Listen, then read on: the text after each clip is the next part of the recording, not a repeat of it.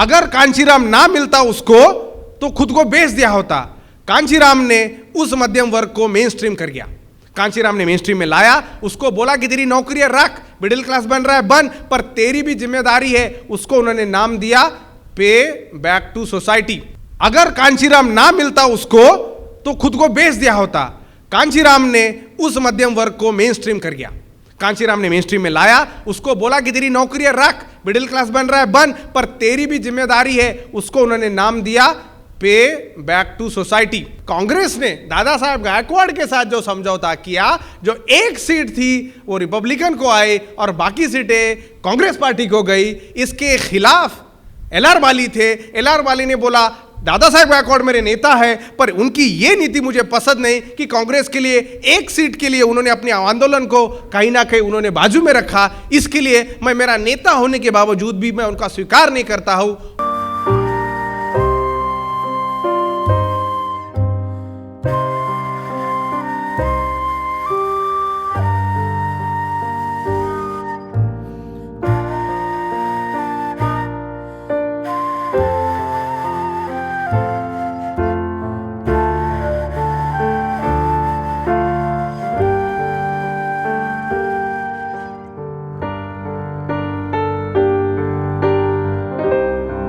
बहुजन आंदोलन की जो बात है, बहुजन आंदोलन में हमेशा से कुर्बानियों को ज़्यादा महत्व दिया जाता है, क्योंकि बिना कुर्बानी के कुछ नहीं बनता है।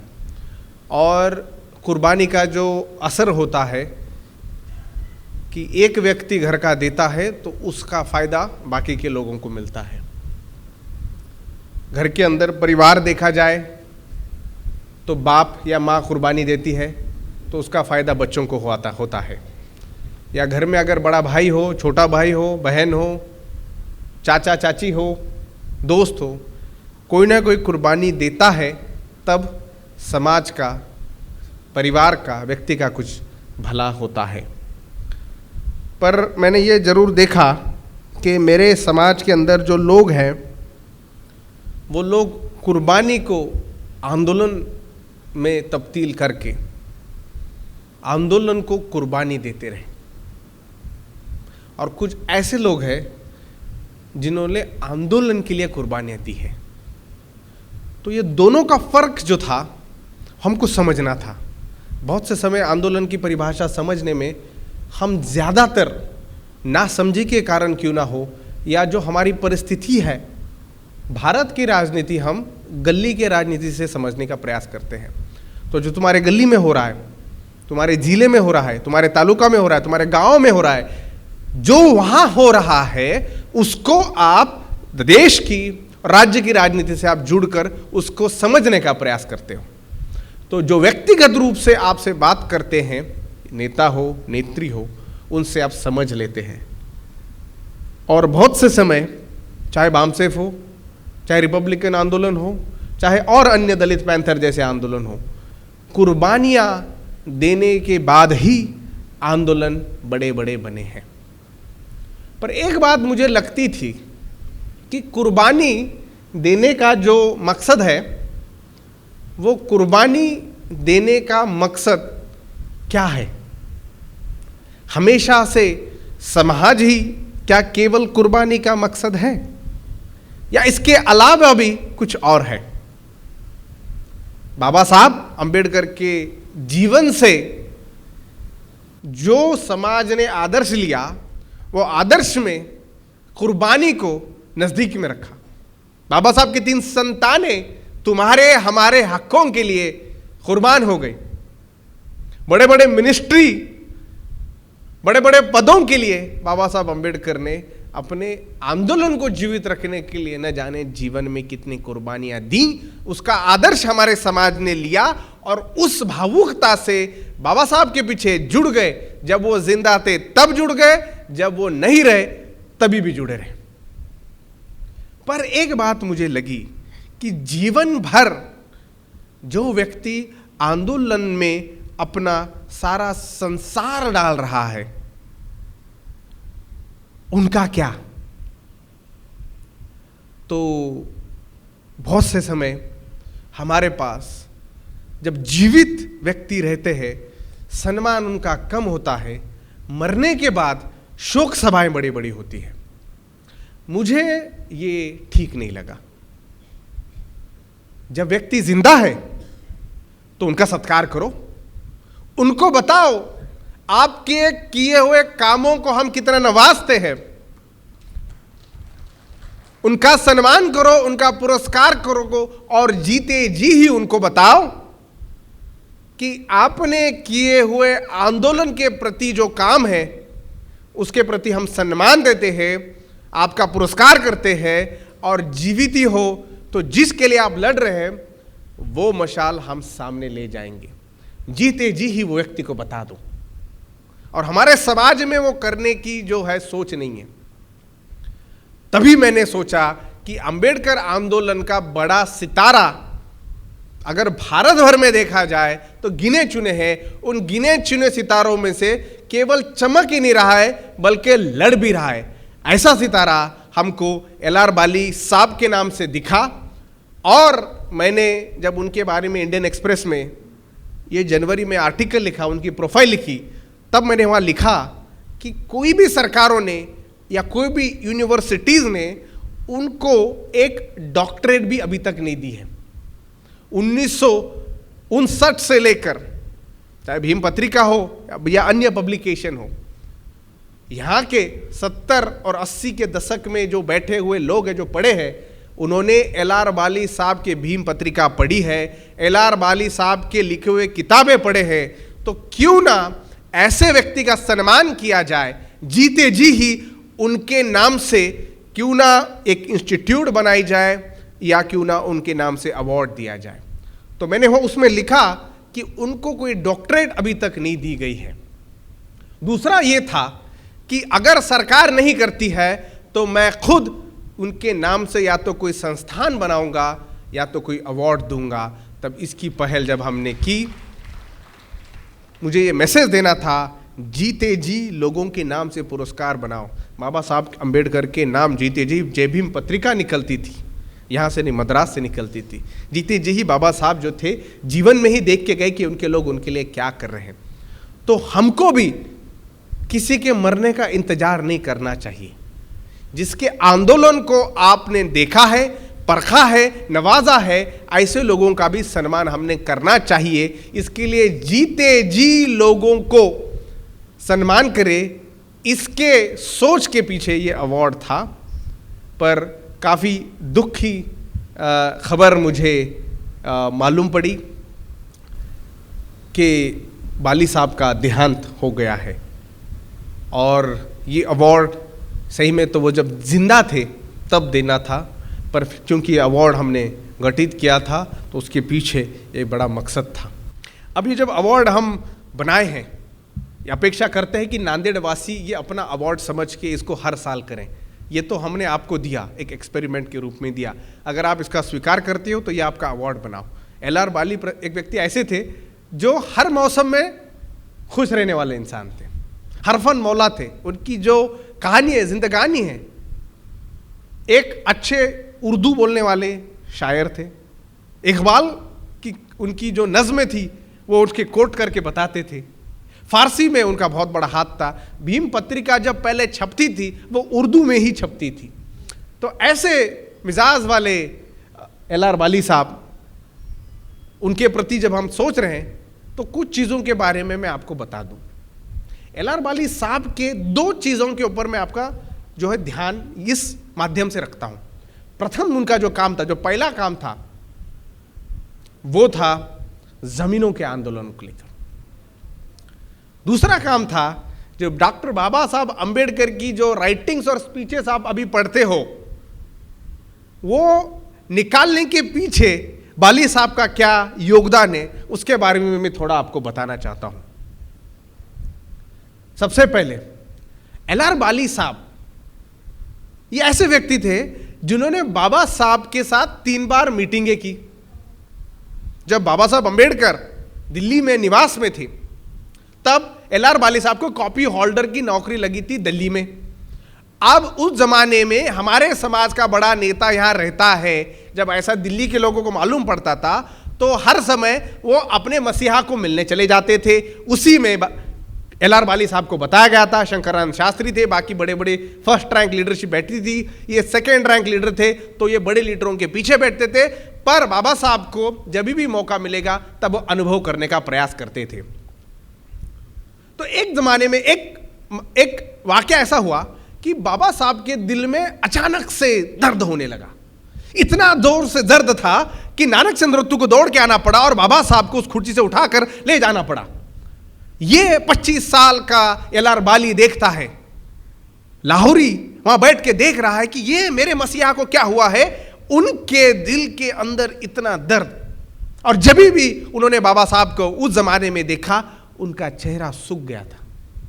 तबीयत बाबा साहब की ठीक नहीं थी, आपको मालूम होगा, उनको ब्लड प्रेशर था, शुगर था, उसके साथ साथ मेंटल टेंशन भी था कि मेरे समाज का क्या होगा। ऐसे वाकया में जब LR बाली साहब उस जमाने में लाहौरी राम जब देखते हैं, बाबा साहब के दर्द को देखते हैं, उनके दिल में भी उस तरह का दर्द पैदा होता है। पर वो दर्द फिजिकल नहीं होता है, वो दर्द भावनिक होता है।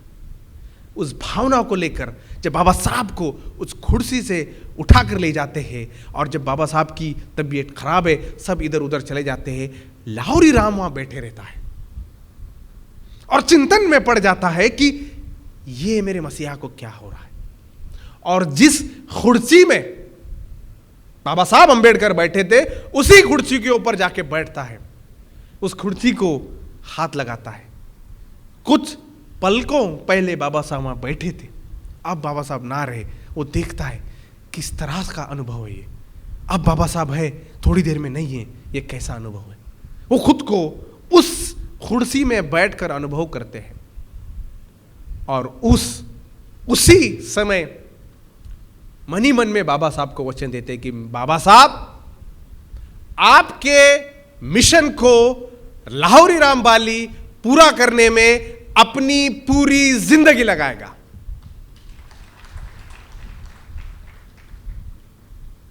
कुछ महीनों बाद बुरी खबर सबको आती है।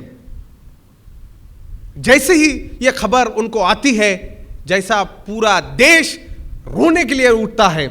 शायद ही ऐसा कोई इंसान होगा जिसके मरने पर गांव देहातों से काम ना करके दिन दहाड़े छोड़कर रोती हुई कौम एक जगह भागी। उसी में से LR बाली भी थे, रो पड़े। उनको पता नहीं चला कि मेरा मसीहा चले गया है, मैं क्या करूं अब।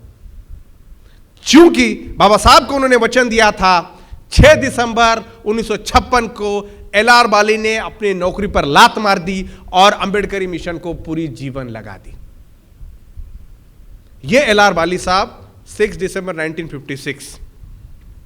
अब अंबेडकरी मिशन कैसा चलाया जाए। यंग थे, युवा थे, बड़े बड़े लीडर उस जमाने में थे, एन शिवराज से लेकर दादा साहब गायकवाड़ थे। तो फिर जो बाबा साहब ने अपने आंदोलन के लिए करना ठीक समझा, उन्होंने वहां अपनी अपनी तरफ से योगदान दिया।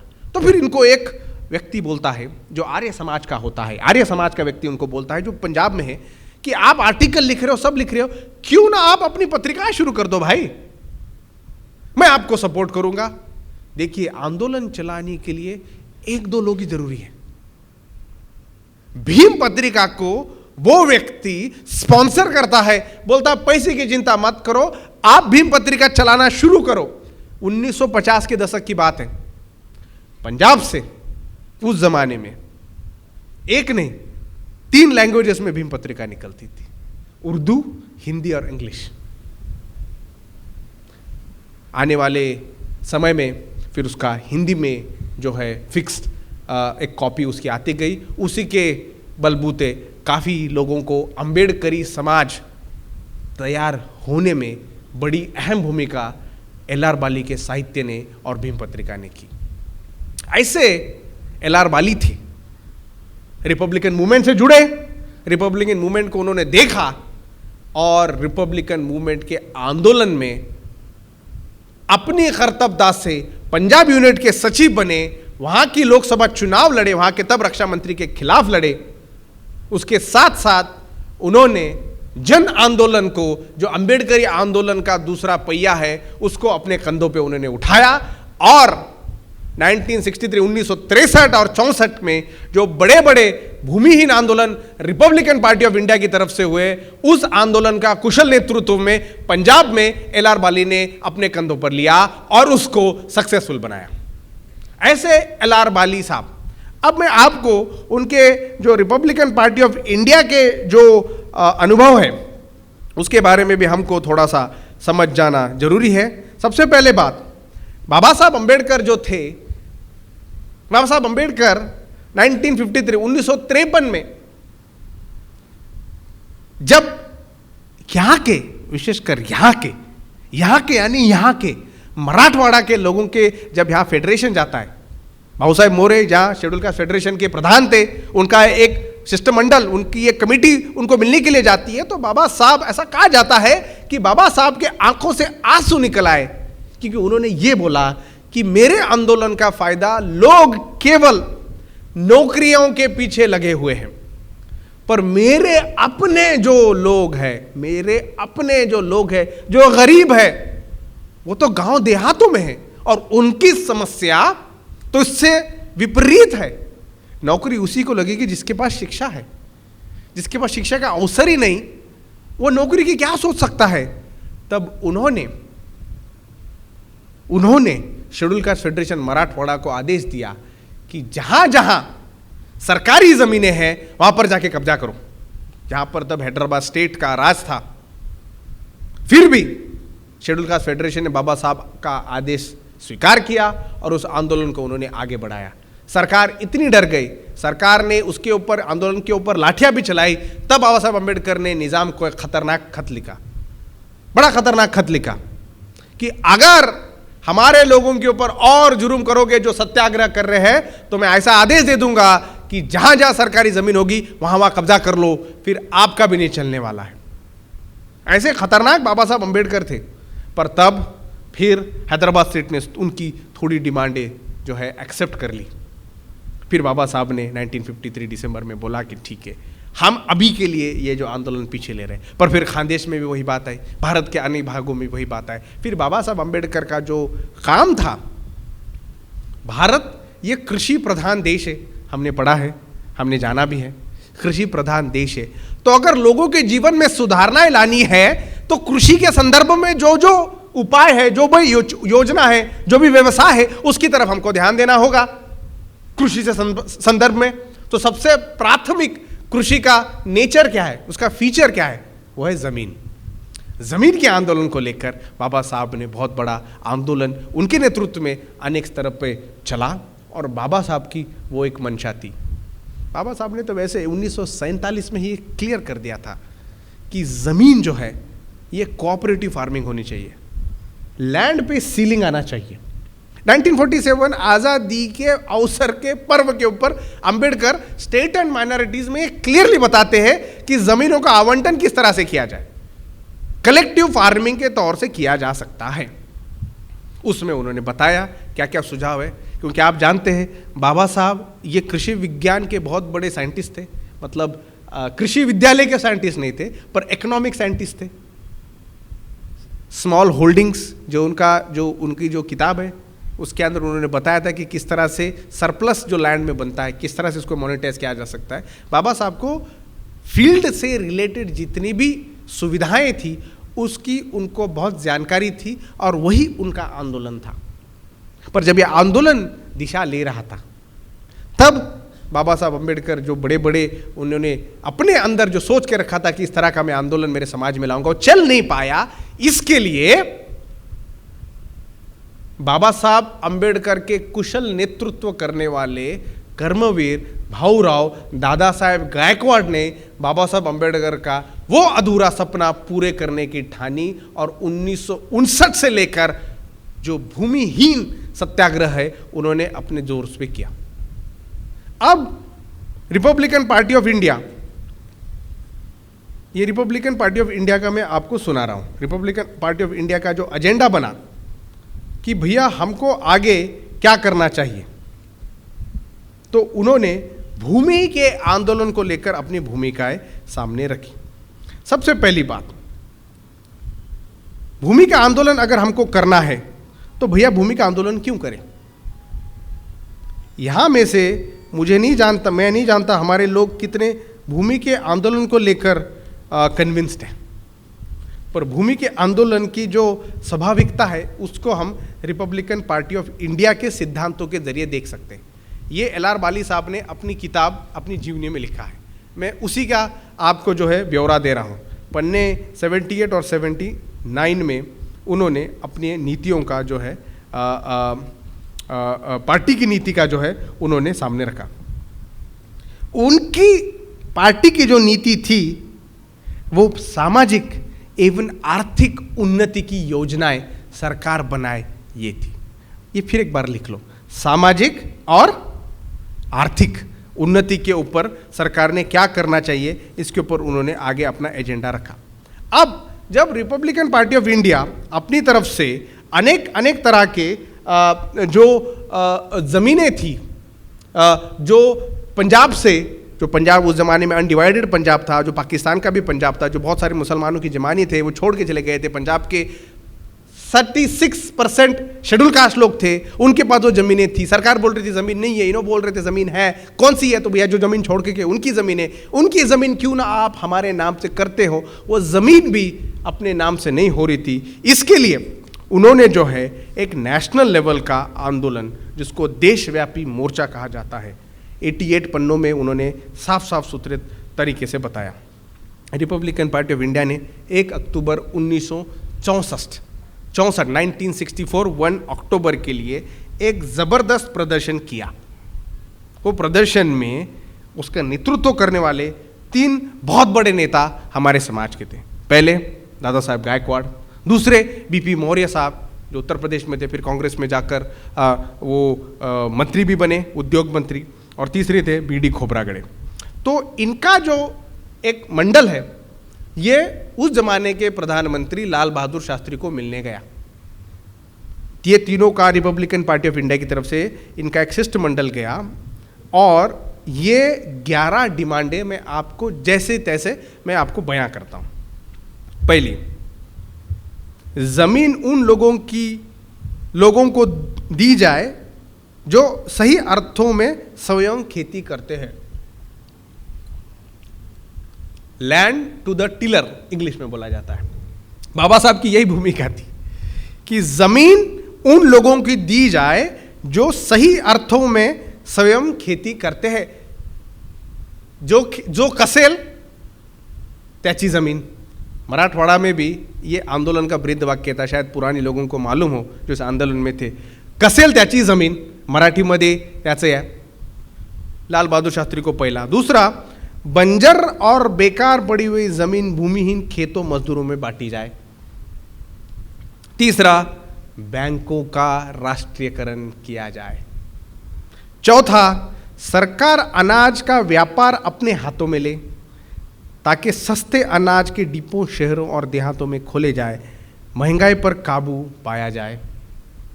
पांचवा, झुग्गियों में रहने वाले लोगों को न उजाड़ा जाए, उनको बसाने के लिए मकानों का प्रबंध किया जाए। छठवां, न्यूनतम वेतन मिनिमम वेज कानून पूर्ण रूप से देश भर में लागू किया जाए। अनुसूचित जातियों में से बुद्ध धर्म में दीक्षित सभी लोगों को पहले जैसी संवैधानिक अधिकार व सुविधाएं दी जाएं, जो नवबौद्ध बने थे 1964 में डिमांड थी। आठवां, छुआछूत मूलतः दूर करने के लिए कड़े कानूनी व सामाजिक उपाय किए जाएं। नौवां, संसद के केंद्रीय हॉल में डॉक्टर बाबा साहब अम्बेडकर का चित्र लगाया जाए। 10वां, रिजर्वेशन का पूरा कोटा SC और ST समाज को दिया जाए। 11, दलित वर्गों पर ढाए जा रहे अत्याचारों को बंद किया जाए।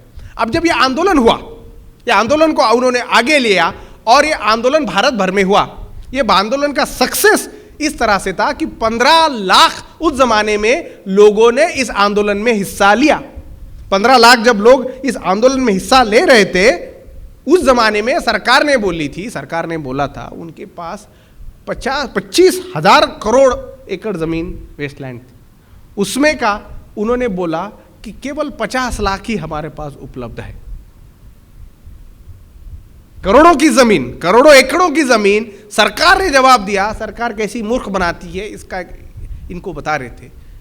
कुछ परसेंट ही बोला कि हमारे पास है, क्योंकि रिपब्लिकन नेता थे, बाबा साहब अम्बेडकर के विचारों से तैयार हुए थे।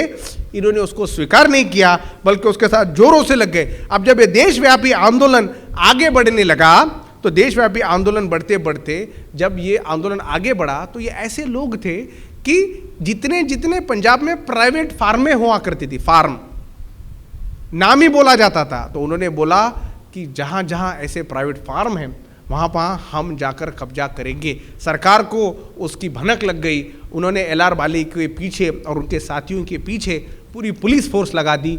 पुलिस फोर्स वहाँ उपलब्ध उनको नहीं देख पाए, क्योंकि रात में ये लोग कब्रिस्तान में सो गए। पुलिस पकड़ने के लिए कब्रिस्तान में जैसी जगह ढूंढेगी नहीं, तो ये कब्रिस्तान में अपना रात में डेरा डाल के बैठे। पर ऐसा हुआ कि LR बाली साहब जब कब्रिस्तान में थे, वहाँ पर जहरीला सांप उनके बाजू से गुजर गया। सांप ने डसा नहीं, पर उन्होंने वहाँ से उनको छोड़ के जाना पड़ा। वैसे ही जैसे उन्होंने सुबह ऐलान कर दिया था कि हम वो फार्म का कब्जा करेंगे और गरीबों में जो भूमिहीन मजदूर है उनमें बांट देंगे। पुलिस पहुंचने के पहले सुबह सुबह वहाँ पहुंचे। यशपाल फार्म जैसा फार्म उन्होंने कब्जा किया और भूमिहीन खेत जो मजदूर थे उनमें उन्होंने यशस्वी रीत्या सक्सेसफुली जो है उन्होंने बांट दिया। अब जब ये आंदोलन चल रहा था तब नेहरू की मौत हो गई। अब जब नेहरू की मौत हो गई तो इनको खबर आई कि नेहरू की मौत हो गई, तो बाली साहब ने नेहरू की शोक सभा रखी और नेहरू की शोक सभा में भी ऐलान कर दिया कि हमारा आंदोलन यह सत्याग्रही रूप से है। ये आंदोलन के जो उनका जो गांव था वो था ईश्वरवाल नौली गांव में। जब उनको ये पता चला तो उनके साथ में उनके अन्य साथी मिलकर इस आंदोलन में बहुत ही बखूबी से जोड़ते गए। जब ये जोड़ते गए तब ये आंदोलन ने एक अपना तरीके से निभाया। कोई भी आंदोलन बढ़ता है तो आंदोलन को हाईजैक करने के पीछे एस्टैब्लिश पार्टियों का बहुत बड़ा योगदान है। उस जमाने में फिर जब चुनाव लगे थे, चुनाव में कांग्रेस ने दादा साहब गायकवाड़ के साथ जो समझौता किया, जो एक सीट थी वो रिपब्लिकन को आई और बाकी सीटें कांग्रेस पार्टी को गई, इसके खिलाफ LR बाली थे। LR बाली ने बोला दादा साहब गायकवाड़ मेरे नेता है, पर उनकी ये नीति मुझे पसंद नहीं कि कांग्रेस के लिए एक सीट के लिए उन्होंने अपने आंदोलन को कहीं ना कहीं उन्होंने बाजू में रखा। इसके लिए मैं मेरा नेता होने के बावजूद भी मैं उनका स्वीकार नहीं करता हूं। उन्होंने दादा साहब गायकवाड़ के उस डिसीजन का पुरजोर विरोध किया और उनको बताने की कोशिश की कि दादा साहब ये बहुत बड़ी गलती आपके हाथ से हो रही है। उन्होंने सुना नहीं, कांग्रेस ने उनको हड़प लिया। आंदोलन की जो गति बनी थी, जो भूमि आंदोलन से चली थी, जो सोशल मूवमेंट से चली थी, उसको कहीं ना कहीं पार्टी इलेक्टोरल पॉलिटिक्स में रोक दिया गया था। फिर बाली साहब ने अपना जो ध्यान उन्होंने पॉलिटिक्स से थोड़ा दूर रखकर उन्होंने पब्लिशिंग में लाया। पब्लिशिंग वो करते रहे। उनका आज का जब वो चले गए, उनके नाम से 33 किताबें दर्ज हैं। 33 किताब लिखने वाले LR बाली साहब अम्बेडकरी आंदोलन के लिए एक बहुत बड़ा उदाहरण है। एक बहुत बड़ी उनकी जो सोच है, उस तरह से हमको इसको समझना होगा। अब जब ये कर रहे थे, उनके एक साथी थे DA कट्टी। 1959 में उनका आंदोलन किसके लिए हुआ होगा, आप सोचो। DA कट्टी का आंदोलन LR बाली साहब के साथ किसके लिए किया कि उन्होंने कहा कि यहां पर राजनीतिक आरक्षण जो है वो हमको मंजूर नहीं है। 1959 में, क्योंकि उनको तभी दिख गया था कि हमारा जो नेतृत्व करने वाले व्यक्ति है ये किसी ना किसी पार्टी के हाथ के नीचे रखे हुए लोग हैं, ये हमारा पुरजोर प्रतिनिधित्व कर नहीं सकते। इसके खुद ही विक्टिम बाबा साहब अम्बेडकर अपने जीवन में थे। पर जब जमीन देने की बात है तो यही लोगों ने उस जमाने बोला था, डेटा लेके बोला था कि 6 करोड़ एकड़ जमीन जो बेकार पड़ी है, 6 करोड़ एकड़ जमीन जो बेकार पड़ी है वो शेड्यूल कास्ट के लोगों में बांट दिया जाए। क्योंकि लॉ आपको इस तरह से लाना होगा। अगर आपको सच में भारत देश में अगर आपको एकता लानी होगी, समानता लानी होगी, तो आपको जो है निडरता से सरकार को जो 1959 से जब मैंने कहा कि इनका पुरजोर, इनका जो है आंदोलन आगे चल रहा था, इसी की बदौलत जो है आगे जब ये आंदोलन बढ़ा तो आंदोलन की कुछ चीज़ें हमको समझ में आनी चाहिए। प्रथम, ज़मीन का आंदोलन, मुझे नेमका क्या है वो ज़मीन के आंदोलन की बात क्या है? तो LR वाली कहते हैं कि ज़मीन जो है ये दो चीज़ें देती है। इसको अगर आप केवल खेती से जोड़ोगे तो आप इसका मकसद समझ जाओगे। ग्रामीण इलाकों में जब जाते हो तो आपकी जो रिस्पेक्ट है, आपका जो सम्मान है, आपके पास कितनी ज़मीन है उसको लेकर किया जाता है। जिसके पास जितनी ज़मीन है उसका सम्मान, उसका उतना, उसको जो है उसका भाव उसको मिलता है। दूसरी बात, ये तो आपके आजीविका का कारण है, पर जो नेतृत्व उस जमाने में 1964-65 में हुआ, 24 दिन तक लगातार रिपब्लिकन नेताओं ने भारत भर में जमीन के आंदोलनों के लिए भारत को पूरा पछाड़ के रखा। यह था भूमिहीनों का सत्याग्रह 1964 से 65 के बीच में जो हुआ, 24 दिन तक लगातार। उसकी तारीख भी अलबाली साहब दी है, 15 अगस्त से 7 सितंबर। उन्होंने फिर दूसरा आंदोलन जिसमें किया उसमें हमको दिखता है कि जो मजदूर है, जो मजदूर लड़ रहे, मजदूर लड़ने के लिए एक और आइडियोलॉजी उनके सपोर्ट में आती है। एक और बाबा साहब के टाइम में यही हुआ था, ये भी टीम हुआ था। कौन थे? तो ये संदर्भ वहां पर आता है कि राजेश्वर राव ने वहां नेतृत्व किया, पर पंजाब में जो करने वाले थे उनका नाम था कामरेड अवतार सिंह मल्होत्रा। कम्युनिस्टों का भी यही आंदोलन था। कम्युनिस्ट भी जमीनों के आंदोलन के लिए लड़ रहे थे। ये आंदोलन वो लड़ रहे थे, रिपब्लिकन भी लड़ रहे थे। पंजाब में दोनों ने साथ में लेकर लड़ा और वो आंदोलन को वो सफल बनाने में कामयाब हुए।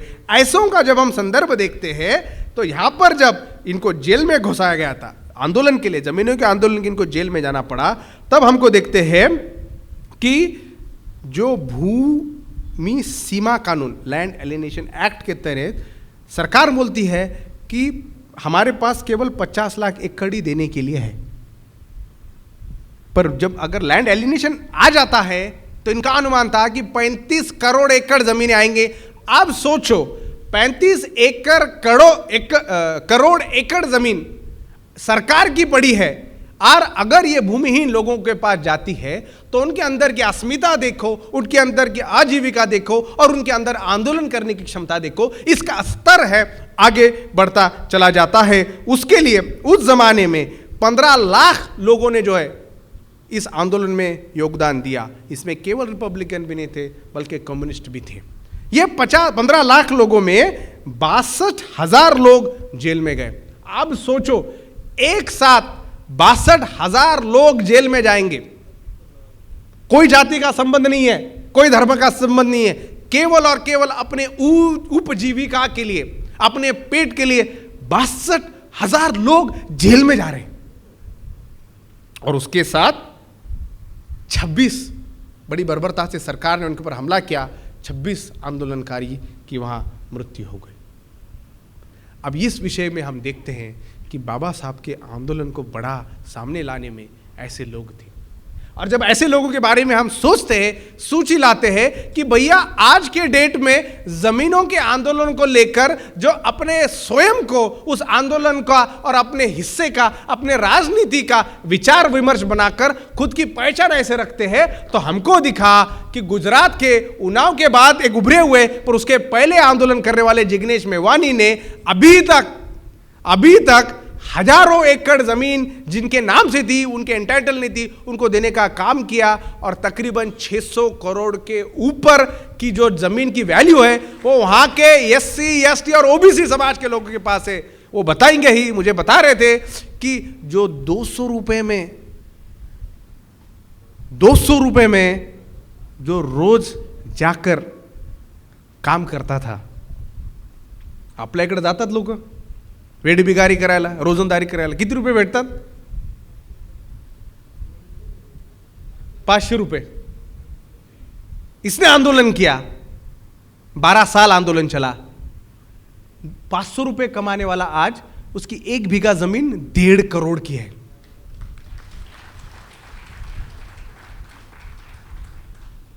आप नहीं चाहते करोड़पति बने? कितने दिन भिखमंगों की तरह हमारे समाज की औकात ये बनाते रहेंगे?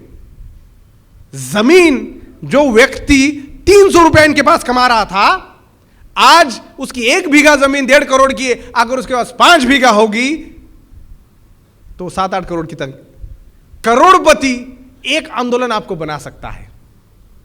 और उसमें आपको कोई कॉन्ट्रैक्ट लेकर उसके अंदर कम क्वालिटी का डालने की जरूरत नहीं है। सम्मान से जीना है तो जमीन के हक से हमको मिलेगा। और ऐसे ही कर्तव्यगारी से काम करने वाले जिग्नेश मेवानी हमको वहां मिले और हमको लगा कि यार अगर जिग्नेश यहां आएंगे, जहां पर बाबा साहब अंबेडकर ने जमीन के आंदोलन का उगम इस मराठवाड़ा से किया था, यहां आकर फिर हमारे लोगों को बताएंगे कि किस तरह से उन्होंने ये आंदोलन सक्सेसफुल किया, तो शायद हमारे लोगों के भी उसके बारे में समझने में उनमें थोड़ा उत्साह पैदा हो और अपनी नई राजनीति करेंगे। जैसा गवले साहब ने कहा कि जो मध्यम वर्ग बन गया है, मध्यम वर्ग ने एक आंदोलन पैदा किया। अगर कांचीराम ना मिलता उसको तो खुद को बेच दिया होता। कांचीराम ने उस मध्यम वर्ग को मेन स्ट्रीम कर गया। कांचीराम ने मेन स्ट्रीम में लाया, उसको बोला कि तेरी नौकरियां रख, मिडिल क्लास बन रहा है बन, पर तेरी भी जिम्मेदारी है। उसको उन्होंने नाम दिया पे बैक टू सोसाइटी। पे बैक टू सोसाइटी के अंतर्गत अनेक लोग जिनको नौकरियां लगी, जिनको लगता था कि मेरे जो समाज को देने के लिए कुछ है, कुछ करना है, वो लोगों ने बामसेफ हो, DS4 हो, उसके बाद में BSP हो, इसके माध्यम से इस मूवमेंट को आगे बढ़ाया। ऑल इंडिया की मूवमेंट बनाई, उस मूवमेंट का सक्सेस हुआ। उसके बाद एक मिडिल क्लास जो मध्यम वर्ग हमारे यहाँ पैदा हुआ, वो अपने स्वाभिमान के बारे में सोचने लगा। उसकी जो लड़ाई थी उसने स्वाभिमान के तौर पे देखी, क्योंकि आर्थिक रूप में वो सबल बन गया था। पर ये मध्यम वर्ग जो है वो नाम मात्र कुछ परसेंट है। मध्यम वर्ग जो है वो नाम मात्र कुछ प्रतिशत है। मेजॉरिटी तुम्हारा जो समाज है आज भी वही आंदोलन के इंतजार में बैठा है जो बाबा साहब अंबेडकर ने 1953 में किया, 1947 में अपने किताब में लिखा। जो आंदोलन 1959, 1963, 1964 में Dada Saheb backward Republican movement ने चलाए, जो आंदोलन यहां पर एकनाथ आवाड़ ने चलाया, जो आंदोलन जिग्नेश मेवानी चला रहे, वही आंदोलन का इंतजार हमारे गांव कस्बों में बैठे हुए गरीब लोग इंतजार कर रहे हैं। और वही आंदोलन अगर हमको ध्यान देकर चलाने का मौका मिल जाए तो ये आगे बढ़ सकता है। हमारे पास जो थी राजनीति जो बनी यहाँ पर दलित पैंथर की मूवमेंट बम्बई में चलती थी। यहाँ पर लोगों की कुर्बानियाँ होती थी। शहीद गौतम वाघमारे का आज यहाँ विस्मरण करना जरूरी है। दलितों के ऊपर हो रहे अत्याचार के खिलाफ मराठवाड़ा के लोगों ने, उस जमाने में मराठवाड़ा के लोगों ने, खासकर नांदेड़ के लोगों ने, रिपब्लिकन पार्टी ऑफ इंडिया का पहला सांसद यहां से भेजा, हदगांव से हरिभाऊ सोनुले। उनके भी नाम से हमने तालियां बजाकर उनका स्वीकार करना चाहिए।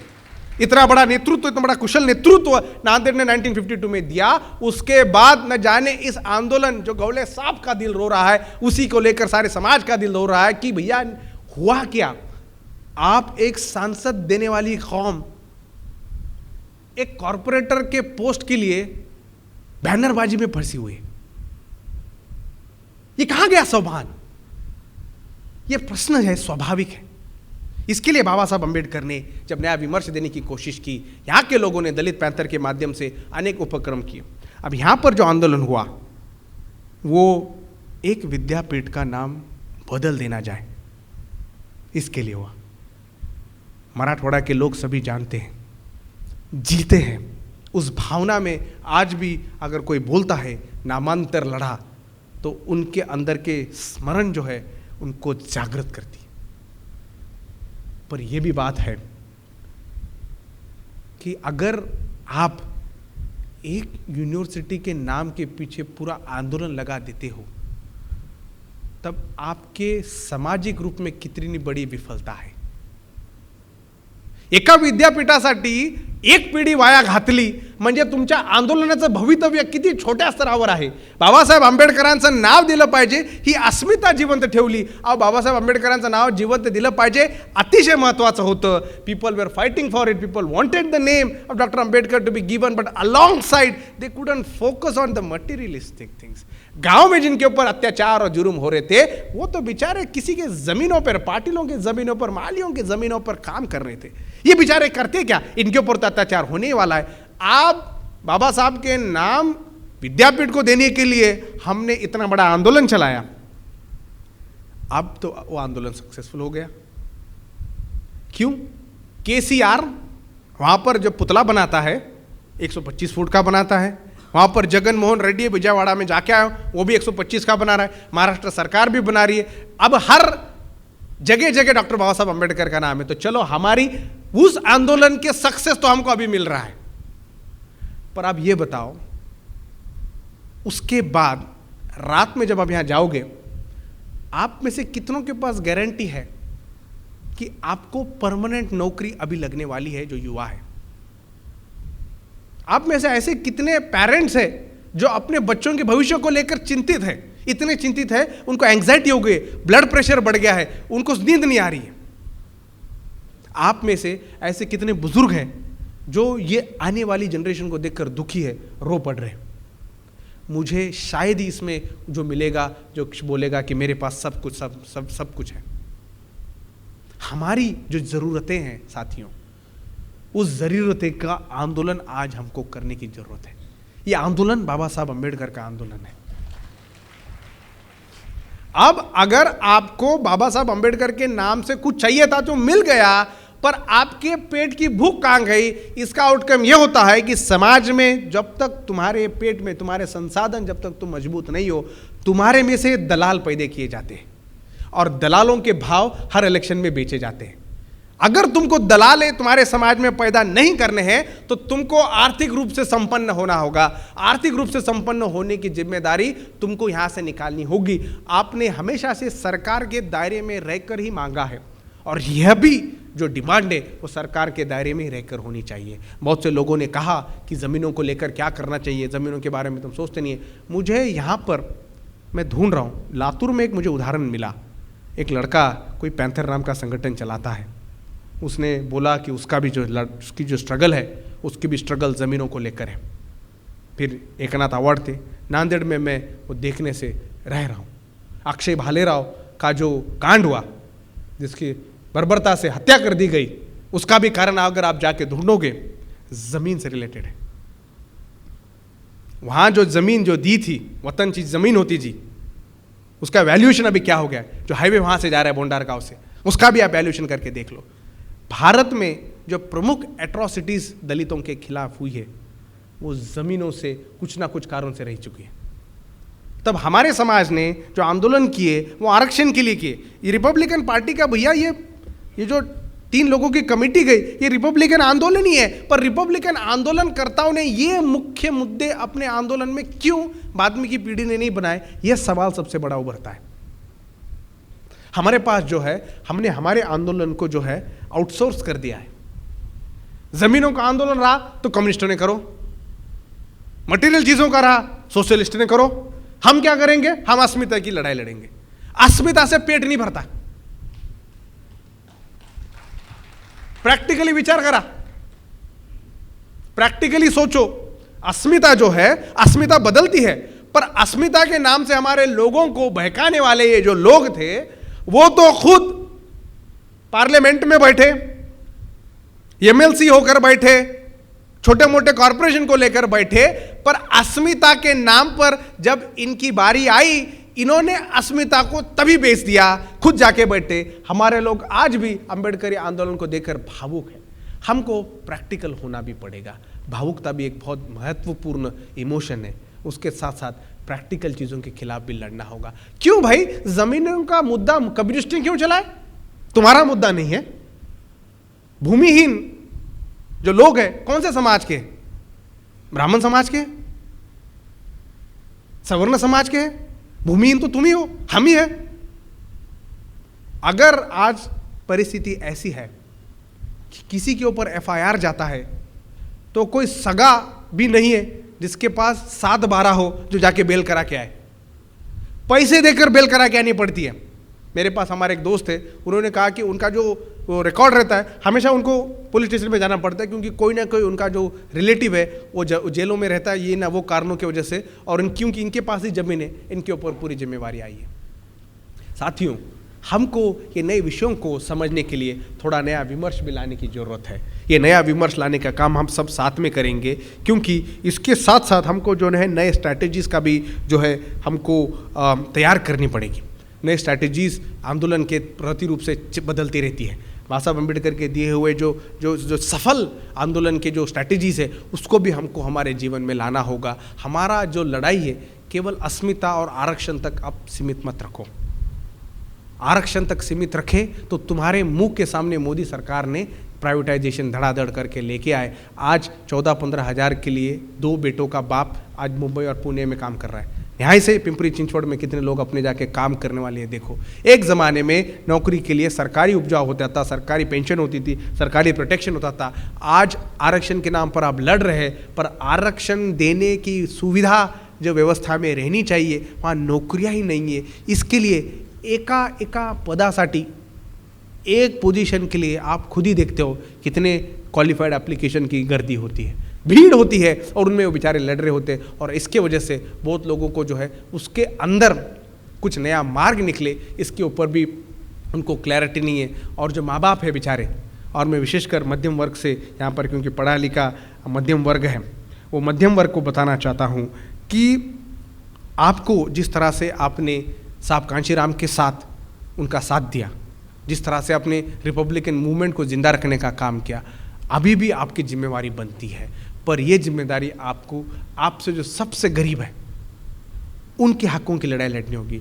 हर लड़ाई जो है उसका अपना अपना एक स्तर होता है। कोई लड़ाई सामाजिक होती है, कोई लड़ाई सांस्कृतिक होती है, कोई लड़ाई आर्थिक होती है, कोई लड़ाई जो है आपको जो है आध्यात्मिक रूप से होती है। हर लेवल की लड़ाई आपको लड़नी होगी। पर जहाँ जहाँ आर्थिक विषमता की बात आई, आपको हमको बेवकूफ़ बनाने वाले जो विचारवंत थे वो अभी हमारे में नहीं रहे। तो अब नया विचार स्वीकार या नया विचार बोलने वालों की जनसंख्या बढ़नी चाहिए। बाबा साहब अम्बेडकर को तूने डॉक्टर ही क्यों नहीं बोला, बल्कि झगड़ने वाले ऐसे टुटपुंजे लोग हमारे इसमें हैं। अरे वहां मर्डर हुआ है तेरे समाज के लोग का, तू यहां पर क्या लेके बैठा है? क्योंकि शाम में तेरी नौकरी खत्म हो गई, 5 बजे आ जाता है, बीवी को खाना बनाने के लिए बोलता है, फिर टाइम पास है, फेसबुक पे जाकर लोगों के अंदर गंदगी फैलाने का काम ऐसे लोग करते हैं। ऐसे मूर्खों को ढूंढो जो तुमको फिर भावनिकता के रूप से आपको बेवकूफ बना रहे। अगर आपके आर्थिक मुक्ति का मार्ग कोई भी पॉलिटिकल पार्टी नहीं देती हो तो उसको सबसे पहले आप आपके घर के बाहर निकालो। आर्थिक मुक्ति इसमें क्या है बताओ, किस तरह से है बताओ। स्कीमों से आर्थिक मुक्ति नहीं हो सकती दोस्त, आप समझ लो। स्कीमा जो बनते हैं अपने पास, स्कीम्स, उससे आर्थिक मुक्ति नहीं होती है, वो आपको सिर्फ सस्टेन करती है थोड़े दिन के लिए। स्कीम अगर कुछ बना दोगे थोड़े दिन के लिए होगी, पर पारिवारिक पूरा बदल जो अगर आपको लाना है, और आंदोलन भी ऐसे करो कि आने वाले जनरेशन का उसका फायदा मिले। जमीनों के लिए अगर आंदोलन अपनी पहले वाली पीढ़ी यहां करती तो एटलीस्ट उनके बच्चे यहां बड़े बड़े गाड़ियों में अच्छे ऐशो आराम से रोके होते। आज भी जो लोग उस आंदोलन में लगे हुए थे उनके बच्चे आज भी बेचारे उसी विफलता से जी रहे। मैं नहीं चाहता अब के बाद मेरे समाज का चित्र उस तरह से हो। मेरे समाज का चित्र खुशहाल हो, फूलने वाला समाज हो, अच्छी अच्छी गाड़ी हो, अच्छे अच्छे घर बंगले, अच्छी अच्छी संपत्ति हो, समाज खुशहाल रहे, गरीबी में ना रहे। गरीबी की उपासना करना बंद करो। समाज जो है अपने अंदर की जो भी जिनको लगने वाली चीज़ है उनके बारे में स्वीकार करो। और ऐसे बहुत मध्यम वर्गीय लोग हैं जो अपने बच्चों को तो सेटल कर चुके हैं, बच्चे नौकरियों के, लड़कियां लड़के अच्छे अच्छे शॉप इस पे बम्बई दिल्ली में रहते, अपार्टमेंट है, वैकेशन की तरह वो उनको मिलने के लिए जाते जाते रहते। पर यहाँ की परिस्थिति जब कुछ उद्भवती है तो उनको ही उनके दलाल जो उनके लेने वाले जो उनके जो भड़वे होते हैं वो उनको बुलाते हैं और हमारे समाज में आकर गंदगी फैलाने का काम करते हैं। अब के बाद जब तक आपकी कई पीढ़ियों के उन्नति का मार्ग अगर बताने वाले प्रैक्टिकली कोई बताता नहीं होगा, उसका साथ देना आप बंद करो।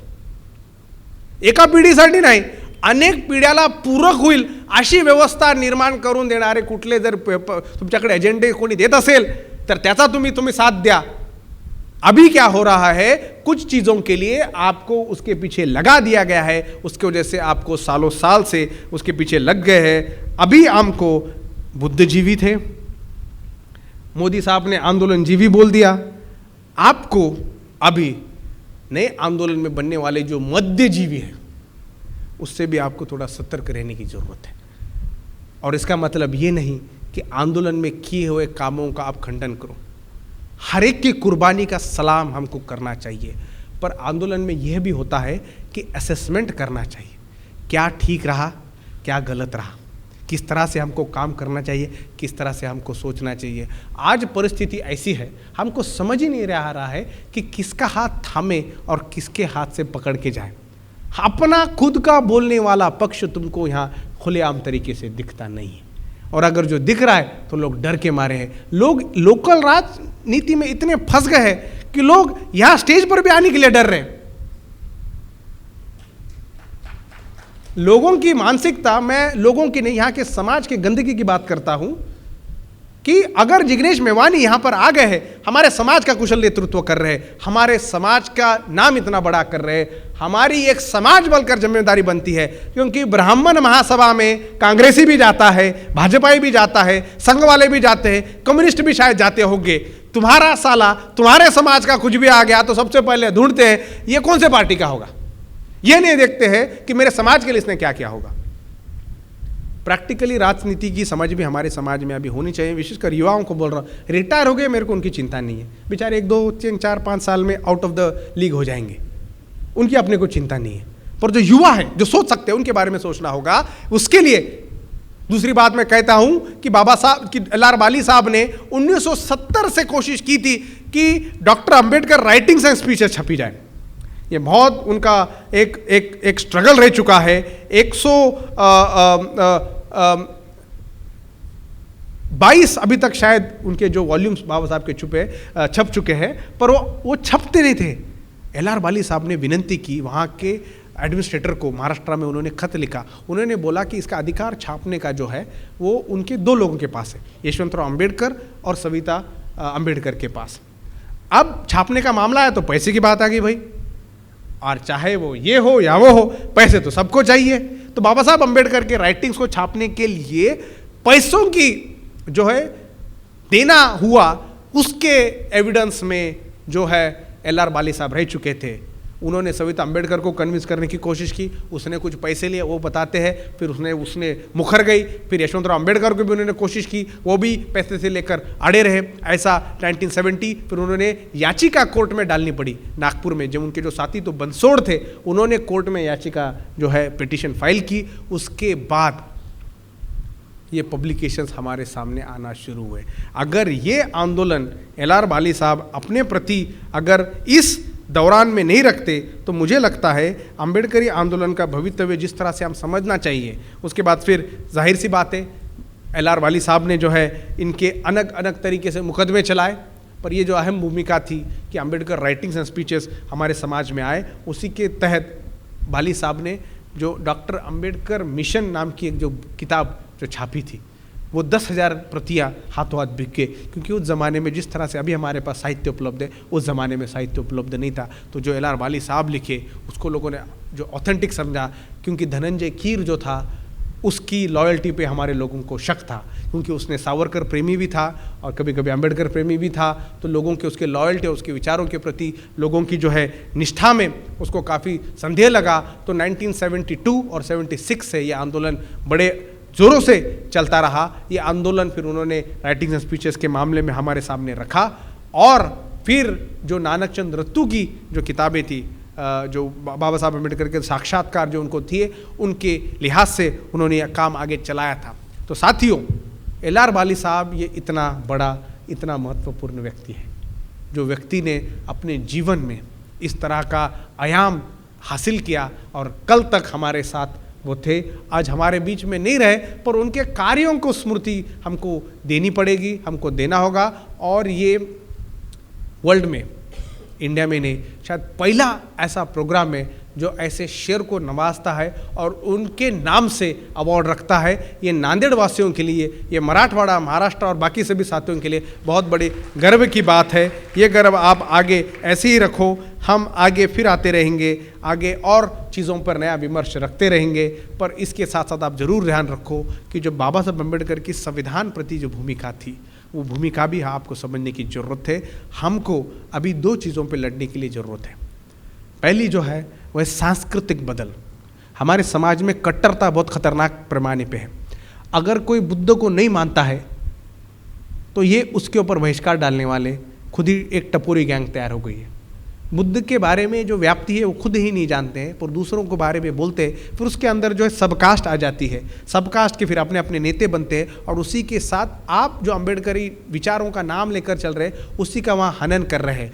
आप ऐसे छोटे मुद्दों पर राजनीति मत करो, बड़े मुद्दे की राजनीति करो।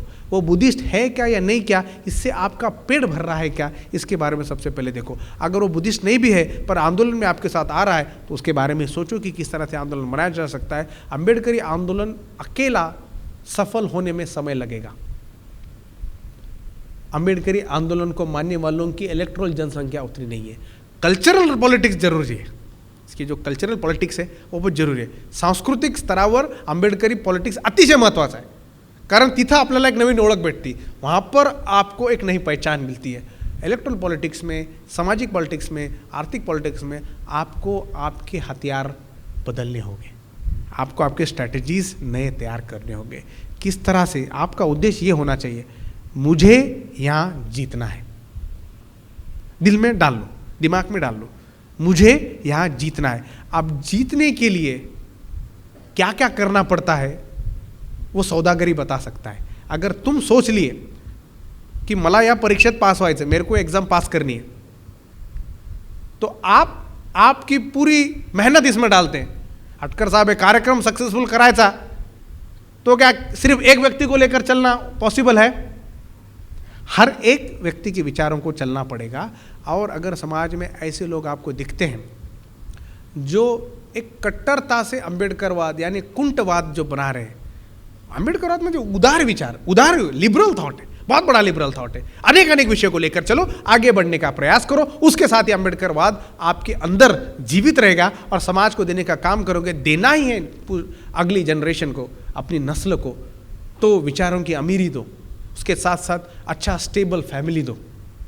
अंबेडकरवाद में निराशा मत दो, ताकि बच्चे ना बोले मेरे बाप ने पूरी जिंदगी अंबेडकरवाद में डाल दी, मेरे पेट में खाना नहीं है, क्या करूं इसके अंदर अंबेडकरवाद को, इसको लेकर चाटू क्या। ऐसे हमारे समाज में भी कुछ उदाहरण आए हैं। हमको समाज बलकर ऐसे समाज की, ऐसे लोगों की रक्षा करना, उनका पालन पोषण करने की ज़रूरत है। जो लोग बड़े बड़े लोग बन गए हैं, जो विद्वान बन गए हैं, जो बड़े बड़े स्तर पर गए, उनकी भी जिम्मेदारी ये बनती है कि अपने समाज के अंदर किस तरह से चेतना ली जाए, जिस तरह से आत्मविश्वास भरा जाए। बहुत लोगों को जो है आगे वाले के बारे में बिना समझे ही उनके बारे में निर्णय बना लेते हैं। मैं आपसे प्लीज़ विनती करता हूँ, उस व्यक्ति के बारे में पूरा जानो, वो व्यक्ति क्या कर रहा है, और अपने समाज का हित ही अपना स्वार्थ रखो। जब तक आपके समाज का हित आपका स्वार्थ नहीं बनता, तब तक आप ऐसे ही हथकंडे अपनाते रहोगे, जहाँ पर आप में ऐसे ही दलाल पैते होते रहेंगे। समाज के हित के लिए आपको नई तरह से विमर्श लाना होगा, नया सोचना होगा। नए सोचने के लिए मेरे युवा साथी जो पढ़े लिखे, मैं उनसे अपील करता हूँ कि आप कृपया करके लेखकों ने लिखी हुई किताबें भी पढ़ो, पर उसके पहले बाबा साहब की ओरिजिनल राइटिंग पढ़ो, उसके अंदर क्या लिखा हुआ वो पढ़ो, और जो चीज़ें तुम्हारे दिमाग में बसी हुई है उसको चैलेंज करने के रूप में देखो। मैं भी उसी आंदोलन में था। अगर देश दुनिया नहीं घूमता तो शायद मुझे भी आंदोलन की इस तरह के जो भूमिकाएं समझ नहीं आती। अगर यहीं रहता तो 14 अप्रैल के दिन सबसे बड़ा झंडा मेरा ही होता, इस तरह का मैं एक्टिविस्ट तुम्हारे सामने बनता। पर अभी मुझे समझ आ गई है, थोड़ी बहुत क्यों नहीं आ गई है, 14 अप्रैल के दिन अगर बाबा साहब का स्मरण ही करना है तो मेरे लोगों के अंदर किस तरह से खुशहाली हो, किस तरह से पले बढ़े, किस तरह से आराम ऐशों से जिए, इस तरह के बारे में अगर मैं सोचूंगा, उसी के लिए समाज बलकर नेतृत्व करूंगा। और वो कोई भी पार्टी का हो, कोई भी पार्टी का हो, अगर वो समाज का कुशल नेतृत्व दिखा तो उसमें आप कुछ चीज़ें डाल के देखो कि ये पॉसिबल है क्या, ये इसमें विफलता मिलती है क्या, इसमें सफलता मिलती है क्या। बहुत से समय हमारे ही नेताओं ने हमारे ही वोटों को बेच दिया। और दूसरे किसी के जो कैंडिडेट है वो आपके सामने लाए। जिग्नेश मेवानी एक ऐसे व्यक्ति है जो कांग्रेसी होल्डर कार्ड नहीं थे। इनके काम को देखकर कांग्रेस का हाई कमांड बोलता है कि ऐसे व्यक्ति की मेरे पार्टी की जरूरत है, अगर ये नहीं होगा तो पता नहीं मेरे पार्टी का क्या होगा। बल्कि उनको इतनी कम उम्र में न जाने उनको अपनी सीट को तोड़कर कांग्रेस के नेतृत्व ने इनको जगह दी, वही नहीं दी बल्कि कांग्रेस के कार्यकारी अध्यक्षों में रखा। अब मेरे लिए वो स्वाभिमान का क्यों विषय मैं आपको बताता हूं। मेरे समाज के गुजरात में युवाओं में रहने वाले इतने बड़े पद पर बहुत ही कम लोग होंगे। दूसरी बात कि भैया मैं अपनी सीट गिराता हूं तुझे जीताने के लिए, ऐसी पार्टी बहुत कम जगह बोलती है। बहुत समय हमारे पार्टी को बोला जाता है तुम्हारे कैंडिडेटों को गिराओ, कांग्रेस या भाजपा के कैंडिडेट को चुन के लाओ। यहां विपरीत हुआ है। यहां पर बोला गया कि यार मेरे कैंडिडेट को मैं बाजू करता हूं, तू चुन के आ, तू एक अंबेडकरी धागा लेके चल रहा है, तेरे जैसे आवाज की वहां जरूरत है, तू वहां जाएगा तो बहुत बड़ा काम करेगा। उसी के काम का फलस्वरूप ये हुआ कि उसको आसाम की पुलिस इतना प्यार करती है कि हर कुछ हफ्तों में आसाम में बुलाया जाता है। अनेक प्रकार के जो है उनके ऊपर मुकदमे डाले जाते हैं। साथियों, आपके साथ हमारे साथ यही आज नहीं तो कल होने वाला है। इसके लिए हमको हमारी एकता बतानी होगी। हमारे समाज में अगर कोई आंदोलन होता है तो बहुत से लोग उस व्यक्ति ने क्या गंदा किया उसके ऊपर बड़ी लिस्ट डालते हैं। अरे समाज में कुछ अच्छा भी क्या होगा उसके बारे में बोल। अगर अच्छाइयों का प्रमाण हम डालने लगते हैं तो पता नहीं उसकी लिमिट बढ़ती जाती है, पर बुराइयों का प्रमाण बोलने में हमने अपने आप को इतना भ्रष्ट कर दिया है, इतना थका दिया है कि समाज में निराशा पैदा हो गई। और निराशा ये आपका आत्मविश्वास छीन लेती है, और जब आत्मविश्वास चले जाता है तो लड़ने के लिए ताकत नहीं रहती है। अगर कुछ भी होता है तो फिर मेहनत करनी पड़ती है। हमारे नांदेड़ में राहुल ही बेचारा हकों के आंदोलनों को लेकर चलते रहता है, युवा पैंतर जैसा संगठन चलाता है। ऐसे ही बाकी पार्टियों में है। नांदेड़ के या मराठवाड़ा के लोगों ने ये सोच के रखना चाहिए, पार्टी कोई भी हो, पार्टी सेकेंड है, मेरा समाज प्रथम है। और तुम्हारे लीडरों को जाके बताओ कि मैं मेरे पार्टी का प्रतिनिधित्व करता हूं, मेरे लिए मेरा समाज सबसे पहला है। क्योंकि अबे तेरे लिए भी तो तेरा समाज सबसे पहला है। जब मैं मेरे समाज की बात कर रहा हूं तो तू बोल रहा है पार्टी को पहला कर। और अगर हमारे समाज में कोई नया उभरा हुआ होता है, हमारे ही लोगों को वहां भेजा जाता है कि जा भाई उसका मनोबल कम कर, जा भाई उसकी क्या कीमत है, उसमें उसको कितने रुपए में खरीदा जाता था, उसका भाव देख ले और उसको हम खरीद पाए। ये चीज़ें नए विमर्श में सोचनी होगी, समाज में नए विचार आने होंगे। मैं आपसे विनती करता हूं कि एल आर बाली के नाम से हम आज यहाँ इकट्ठा हुए हैं, ऐसे ही आप जिद्दोजहद से लगे रहे। समाज का स्वार्थ देखे, भारत देश का स्वार्थ इसमें देखे, और जिस तरह से हमारा देश आगे बढ़ेगा, जिस तरह से हमारा समाज आगे बढ़ेगा, उसके बढ़ते बढ़ते बढ़ते हमारे समाज की आने वाली नस्लें भी इस तरह से खुशहाली रहे और फ़ख्र से बोले कि यह सारा कुछ मेरे पुरखों ने दिया है। मैं भी कोशिश करती हूँ, मैं भी कोशिश करता हूँ कि हमारे जो पुरखे थे जिस चीज़ों के लिए लड़े, उस चीज़ें भी हम आपको दी जाए। और अभी यहाँ से जाते हुए दो चीज़ें लेके जाओ। जहाँ जहाँ प्राइवेटाइजेशन हो रहा है उसके खिलाफ अम्बेडकरी आंदोलन ने बाबा साहब की फ़ोटो, नीला झंडा लेकर उतरना चाहिए। और सबसे पहले मोदी सरकार को बोलना चाहिए प्राइवेटाइजेशन बंद करो। जितना भी प्राइवेटाइजेशन किया वो सब बंद करो। तुम अडानी को, मोदी को, बाकी लोगों को आप कर्जा दे सकते हो, हजारों करोड़ का दे सकते हो, वो कर्जा लेके डुबा सकते हैं। तो भैया यहाँ के लोगों को अगर SC ST OBC के लोगों को अगर नौकरी मिलती है और उसका अगर परिवार बसता है तो 4-5 लोगों की चिंता कर सकता है। वो हक उससे छीन रहे हो तो उसको बताओ कि हम इसके विरुद्ध है। दूसरा, ज़मीनों के आंदोलन के लिए आप लड़ो। जब तक ज़मीन अपनी नहीं हो जाती तब तक आप रुको मत। बाकी साहित्यिक है, लेखक है, कवि है, स्वभाव से जीने वाले लोग हैं, बाकी और प्रोफेशन से, उसका भी समर्थन करो। पर सब ने मिलकर इस एजेंडे को सामने रखना चाहिए। ये कोशिश करके देखो, अगर आपको सही लगता है तो चलाओ। अगर इसमें भी कुछ आपको जो बुराइयां नज़र आती है उसका भी आप तहे दिल से जो है स्वीकार मत करो। इसका जो है एनालिसिस करो और उसका स्वीकार अपने तरीके से करो। मैं आप सबको